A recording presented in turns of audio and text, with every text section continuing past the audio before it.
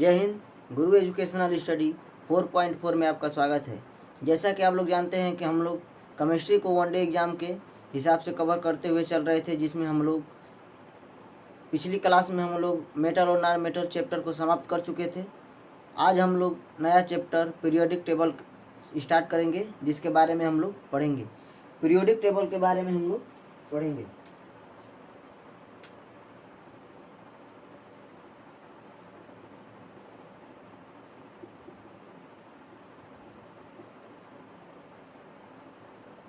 आवर्त सारणी के बारे में पढ़ेंगे।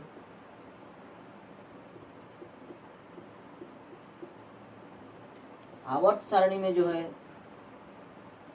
तत्वों का जो है कॉन्फ़िगरेशन किया गया है।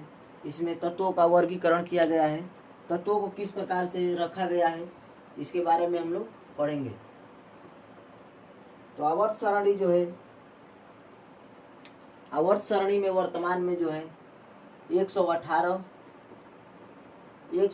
तत्व हैं, जबकि पहले 113 तत्व थे। 113 तत्व थे। वर्तमान समय में आवर्त सारणी में 118 एलिमेंट रखे गए हैं, जबकि पहले 113 एलिमेंट थे। आगे और अगर एलिमेंट खोजे जाएंगे तो उसको आगे और रखा जाएगा। तो एलिमेंट आवर्त सारणी की आवश्यकता क्यों पड़ी? हम लोग को आवर्त सारणी के निर्माण की आवश्यकता क्यों पड़ी? आवर्त सारणी का निर्माण क्यों किया गया, इसके बारे में हम लोग जानेंगे। तो हम लोग जानते हैं कि आवर्त सारणी में 118 तत्व हैं। वर्तमान समय में 118 तत्व हैं। तो 118 तत्वों में क्रम वाइज हर एक एलिमेंट के बारे में जानना, हर एक एलिमेंट के फिजिकल, रासायनिक और भौतिक गुणधर्म के बारे में जानना, उनके वैलेंस के बारे में जानना, संयोजकता के बारे में जानना, उनके बॉन्ड के बारे में जानना आदि, उनके गुणधर्मों के बारे में जानना हम लोगों को, उन लोगों के बारे में अध्ययन करना हम लोगों को कठिन हो जाएगा। इसलिए पीरियोडिक टेबल की आवश्यकता पड़ी। पीरियोडिक टेबल कहते किसे हैं? आवर्त सारणी किसे कहते हैं? आवर्त सारणी किसे कहते हैं? आवर्त सारणी जो है तत्वों को एक टेबल में व्यवस्थित करने की क्रिया को ही पीरियोडिक टेबल कहते हैं। पीरियोडिक टेबल कहते हैं। तो पीरियोडिक टेबल के बारे में कई वैज्ञानिकों ने अपना अपना मत दिया।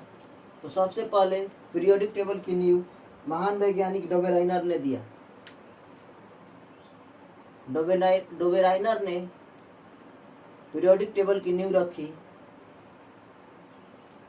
सन 1829 में।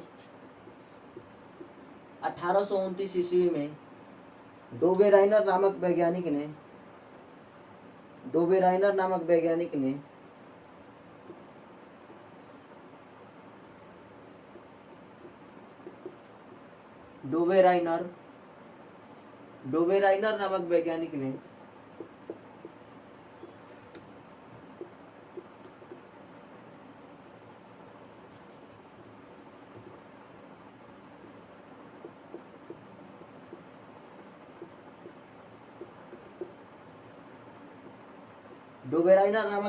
ने पीरियोडिक टेबल की नींव रखी। सन 1829 में जर्मन वैज्ञानिक डोबेराइनर ने पीरियोडिक टेबल की नींव रखी। इन्होंने त्रिक सिद्धांत दिया। आवर्त सारणी के बारे में इन्होंने त्रिक सिद्धांत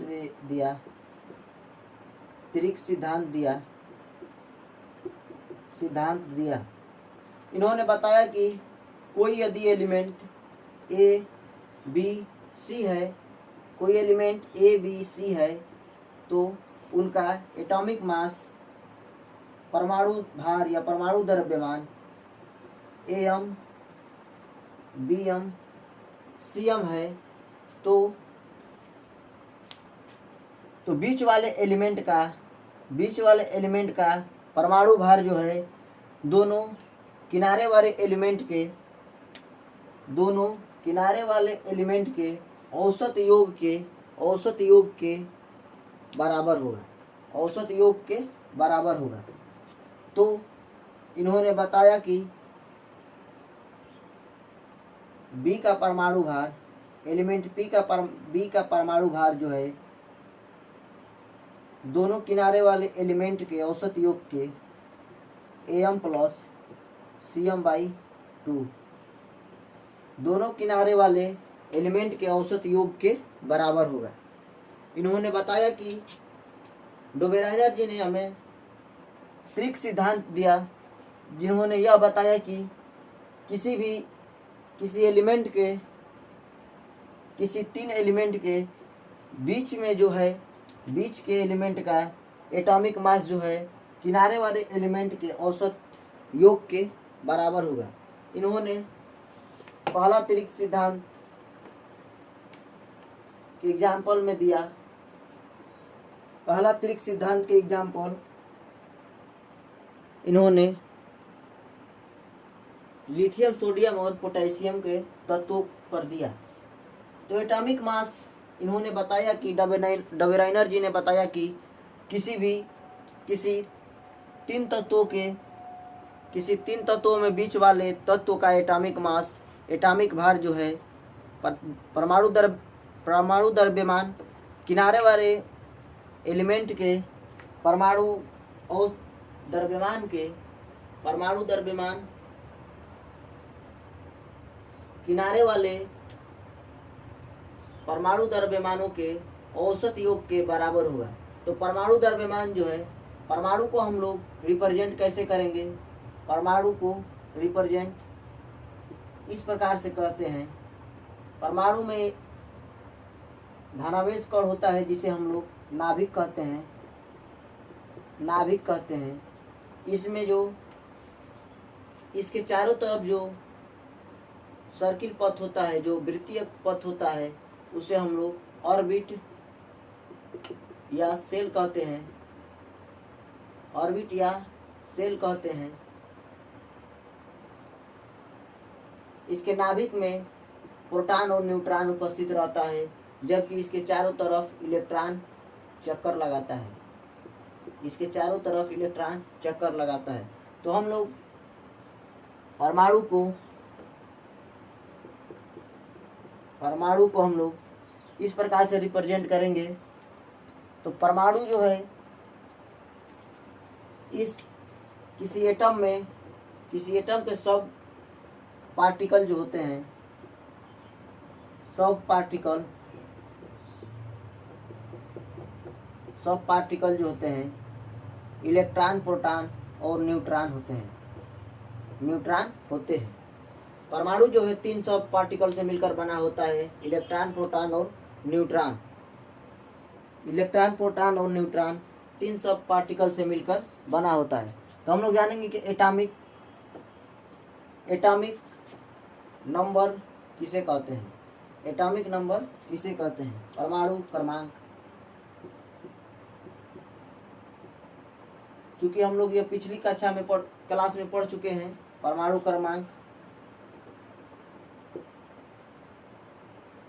क्रमांक जो है किसी भी परमाणु के नाभिक में उपस्थित प्रोटॉनों की संख्या को नंबर ऑफ प्रोटॉन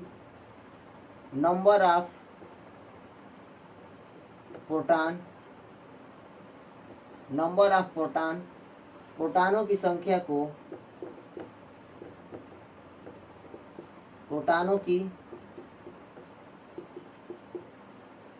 को ऐसे लिख लेंगे, प्रोटॉनों की संख्या को परमाणु क्रमांक कहते हैं। या फिर किसी परमाणु में उपस्थित इलेक्ट्रॉनों की संख्या को परमाणु क्रमांक कहते हैं। अब परमाणु द्रव्यमान के बारे में हम लोग जानेंगे कि परमाणु द्रव्यमान किसे कहते हैं। तो परमाणु द्रव्यमान जो होता है,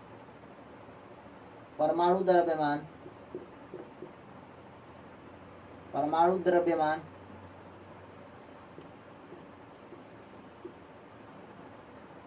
किसी भी परमाणु के नाभिक में उपस्थित प्रोटॉनों तथा न्यूट्रॉनों की संख्याओं के योग को परमाणु द्रव्यमान कहते हैं। तो आइए हम लोग डबल एनर्जी के त्रिक सिद्धांत के बारे में हम लोग जानेंगे। तो डबल एनर्जी ने पहला त्रिक सिद्धांत का उदाहरण जो है लिथियम, सोडियम और पोटेशियम, ये तीन एलिमेंट पर अपना इन्होंने पहला उदाहरण के रूप में दिया। इन्होंने बताया कि दोनों जो है एलिमेंट का औसत योग, दोनों भी एलिमेंट के परमाणु भार का औसत योग बीच वाले एलिमेंट के परमाणु भार के बराबर होगा। तो लिथियम का परमाणु भार 7 होता है, लिथियम का परमाणु भार 7 प्लस पोटेशियम का परमाणु भार 39, इनका औसत योग करेंगे हम लोग। सोडियम का परमाणु भार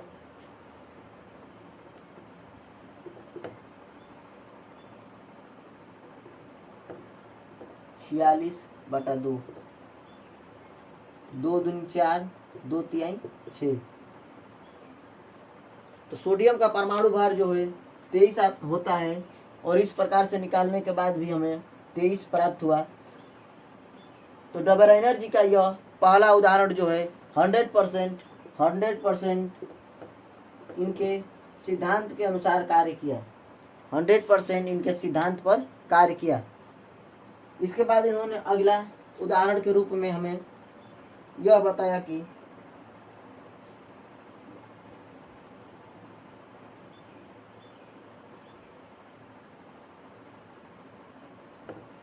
अगला उदाहरण दिया हम लोगों को कैल्शियम,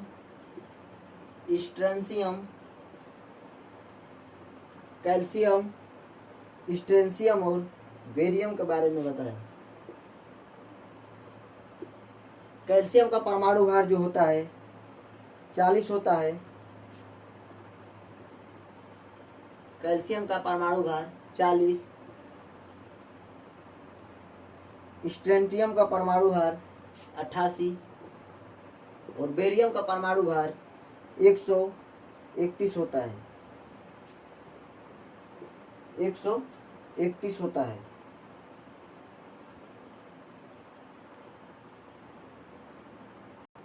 बेरियम का परमाणु भार 137 होता है, 137 होता है। तो इनके नियम के अनुसार, इनके त्रिक नियम के अनुसार हम लोग स्ट्रेंशियम का जो है परमाणु भार निकालेंगे। स्ट्रेंशियम का परमाणु भार निकालेंगे तो पहले वाले एलिमेंट का परमाणु भार प्लस तीसरे वाले एलिमेंट का परमाणु भार का औसत योग निकालेंगे। इसका योग 177 होगा। 2 से इसका मल्टीप्लाई कर डिवाइड करेंगे इसको, तो स्ट्रेंशियम का जो है परमाणु भार 88.5 आएगा, 88.5 आएगा। यह दूसरा जो इन्होंने त्रिक सिद्धांत दिया, त्रिक सिद्धांत का उदाहरण दिया, यह पूर्ण रूप से लागू नहीं हो पाया, पूर्ण रूप से यह लागू नहीं हो पाया। इसके बाद इन्होंने अगला उदाहरण दिया। अगला उदाहरण के रूप में हम लोग को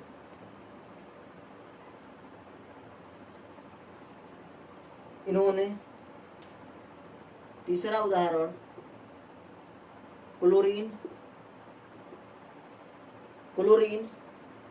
ब्रोमीन और आयोडीन का दिया। क्लोरीन का जो है परमाणु भार 35.5 35.5 होता है। ब्रोमीन का परमाणु भार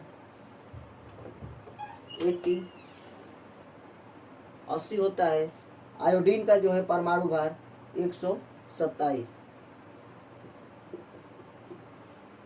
तो इनके त्रिक नियम के अनुसार हम लोग ब्रोमीन का जो है एटॉमिक मास निकालेंगे।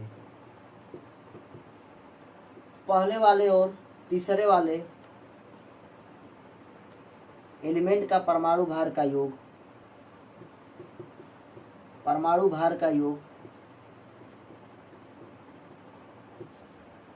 भार का औसत योग निकालेंगे।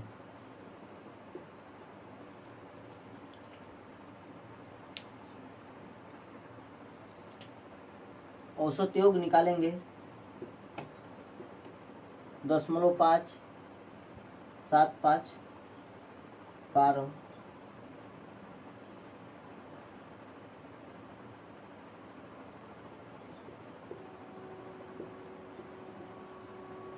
2 8 16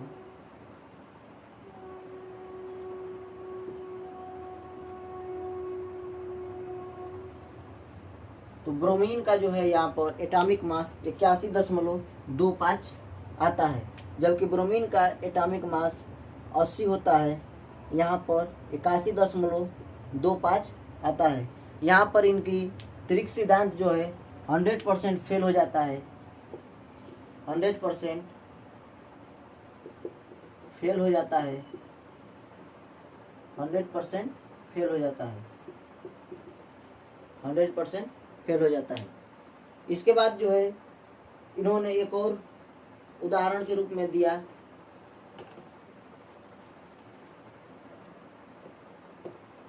एक और उदाहरण दिया जो सल्फर, सेलेनियम और टेलुनियम के उदाहरण दिया। तो यहीं पर इनका जो है त्रिक सिद्धांत जो है यहीं पर फेल हो जाता है। तो अगला सिद्धांत जो है, अगला सिद्धांत तो इन्होंने जो पीरियोडिक टेबल के जो है एलिमेंट को अपने आवर्त सारणी में जो है बनाना चाहा, तो इन्होंने बनाने में असमर्थ रहे। तो अगले जो वैज्ञानिक आए न्यूलैंड 1865 ईस्वी में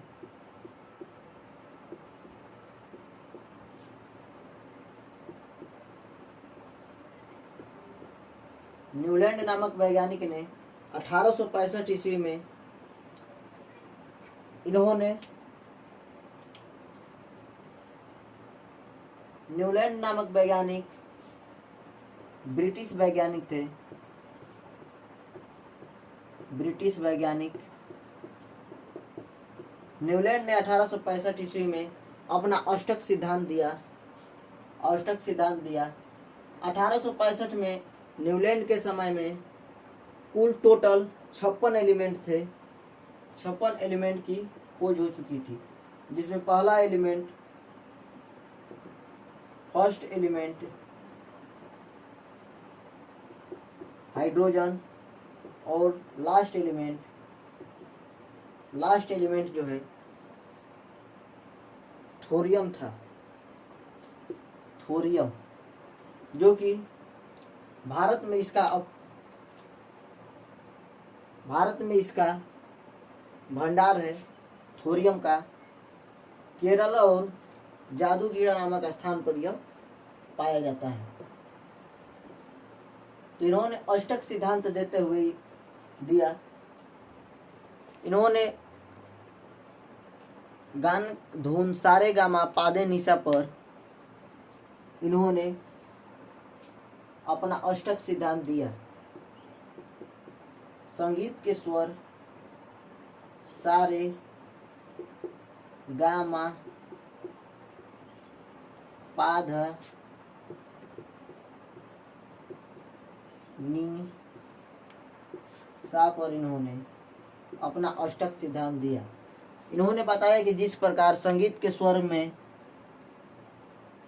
स्वर में शुरू में जहाँ से शुरुआत होती है लास्ट वहीं पर होती है, उसी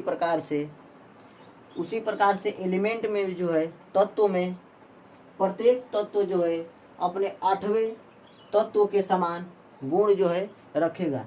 प्रत्येक तत्व जो है अपने 8वें एलिमेंट के समान 8वें तत्व के समान अब उसका गुणधर्म होगा।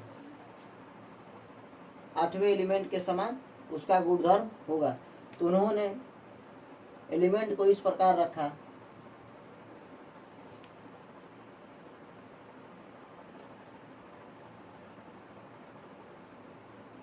तो न्यूलैंड का अष्टक सिद्धांत में सबसे पहले हाइड्रोजन, लिथियम, बेरिलियम,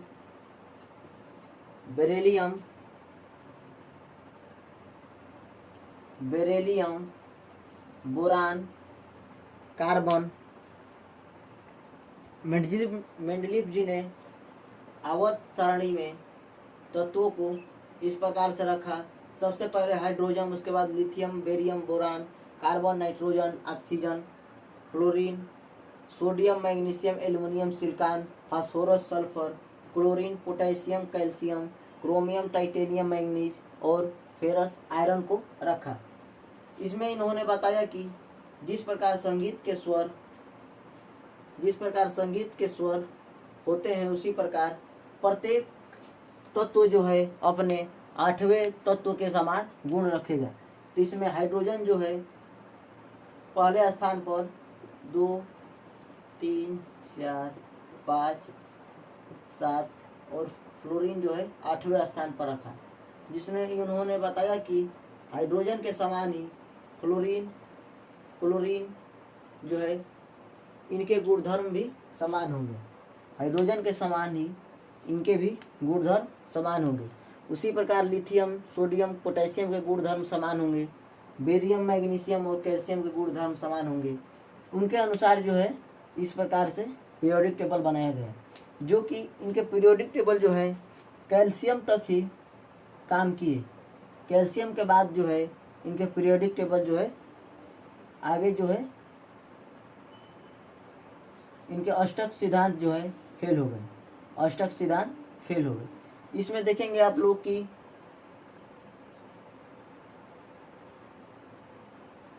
बोरान जो है एक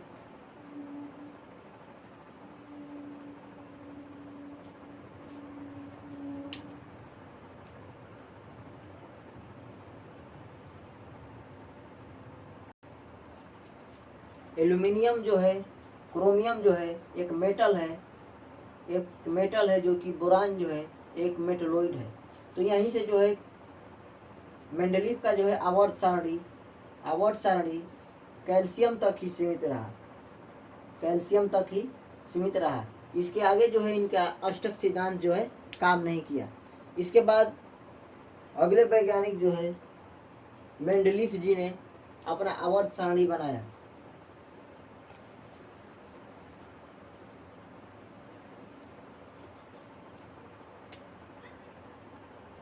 1869 में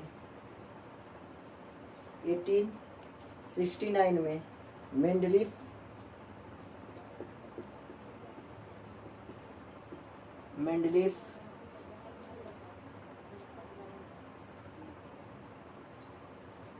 जी ने आवर्त सारणी बनाया। मेंडलीफ जी को जो है आवर्त सारणी के जनक कहा जाता है। आवर्त सारणी के जनक जो है मेंडलीफ जी को कहा जाता है। इन्होंने बताया कि इसमें खड़ी लाइन होती है और पट लाइन होती है। खड़ी लाइन जो है उसको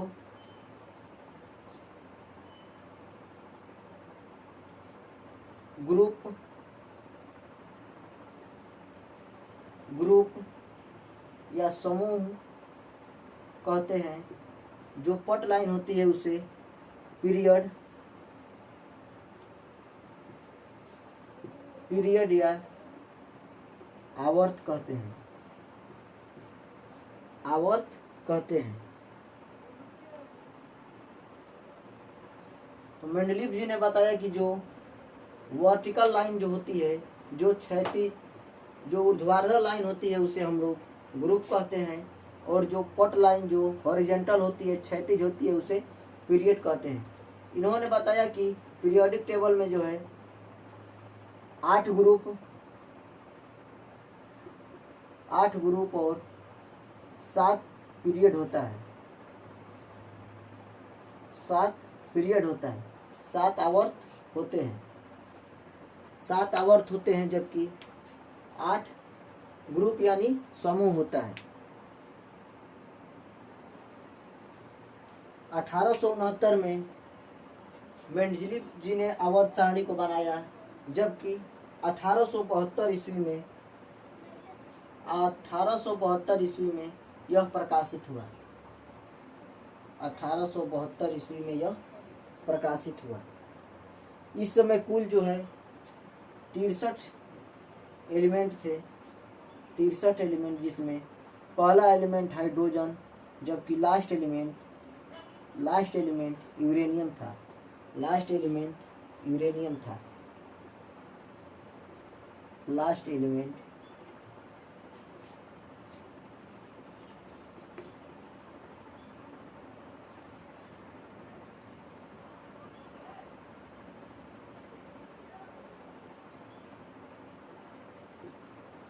एलिमेंट यूरेनियम था।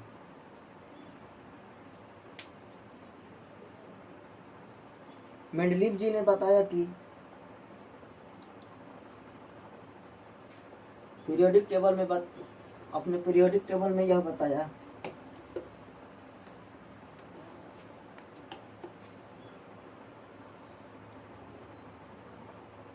मेंडलीव जी ने है जो तत्वों को जो है उनके परमाणु भार के आधार पर व्यवस्थित किया।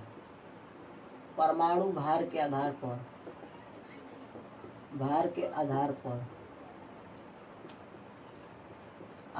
पर उसे व्यवस्थित किया।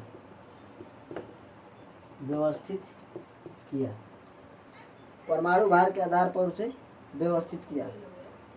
उन्होंने बताया कि ऊपर से नीचे आने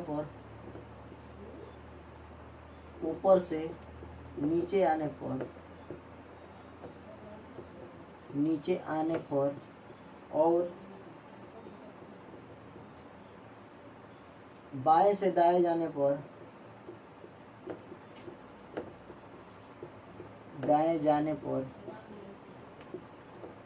बाएं से दाएं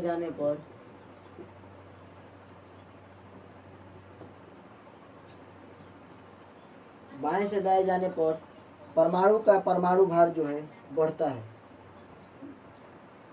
तत्व का परमाणु भार बढ़ता है।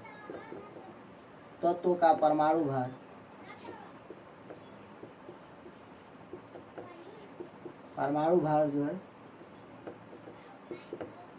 बढ़ता है। तत्व का परमाणु भार जो है बढ़ता है। इन्होंने अपने सिद्धांत में बताया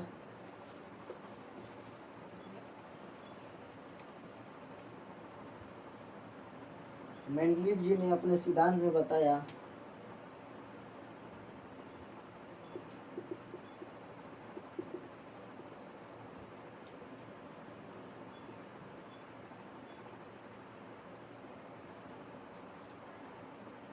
किसी भी तत्व के भौतिक तथा रासायनिक गुणधर्म